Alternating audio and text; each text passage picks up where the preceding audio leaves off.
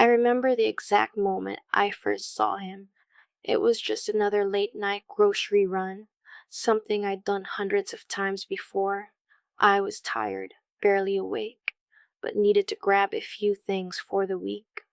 The fluorescent lights buzzed above me as I walked down the aisle, pushing my cart. It was almost closing time, and the supermarket was almost empty. I reached for a box of cereal when I noticed him, standing at the other end of the aisle, a man, maybe in his mid-30s, wearing a long black coat. He wasn't holding anything, just standing there, staring at the shelves. Too still, too quiet. I shrugged it off, trying to ignore the unsettling feeling creeping up my spine. But then, it happened. As I moved to the next aisle, I saw him again. This time, he was a few steps ahead, his back to me. How had he gotten there so quickly? I shook it off. Maybe he was just a guy who liked to shop late at night like me. Still, I couldn't shake that nagging feeling that something wasn't quite right. I turned down another aisle, glancing over my shoulder. I could have sworn I saw him, standing between the shelves, watching. My heart began to race.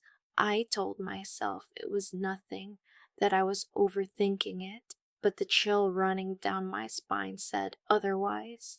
I rushed through the aisles, grabbing what I needed as fast as I could.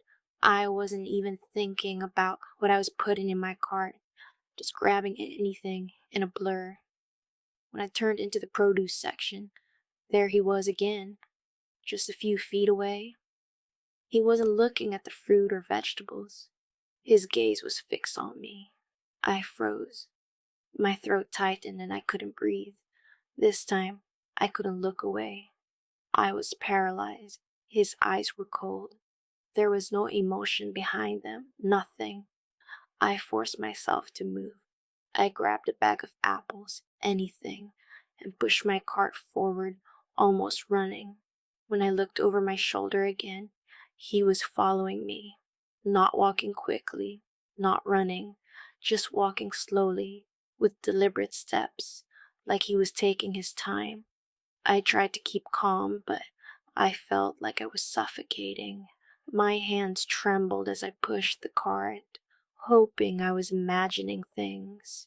Maybe he was just another customer, a random guy who happened to be in the same store at the same time.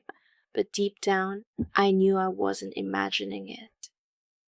I reached the self-checkout line, my heart thumping so loudly I was sure the entire store could hear it. My hands fumbled with the scanner as I tried to focus on the screen, but every time I looked up, I could feel his presence. He was standing behind me now, just standing there. Not too close, but close enough for me to feel his eyes on the back of my neck. I wanted to run. I wanted to scream, but I didn't. The scanner beeped and I grabbed my bags as quickly as I could, ignoring the bagging area and rushing out of the store. My hands were shaking so badly, I could barely hold onto my keys. I sped to my car, my pulse racing, but when I got in, I didn't dare look in the rearview mirror. I slammed the door shut and locked it. I wanted to drive away, but something stopped me. I couldn't shake the feeling that he was still there, watching, waiting.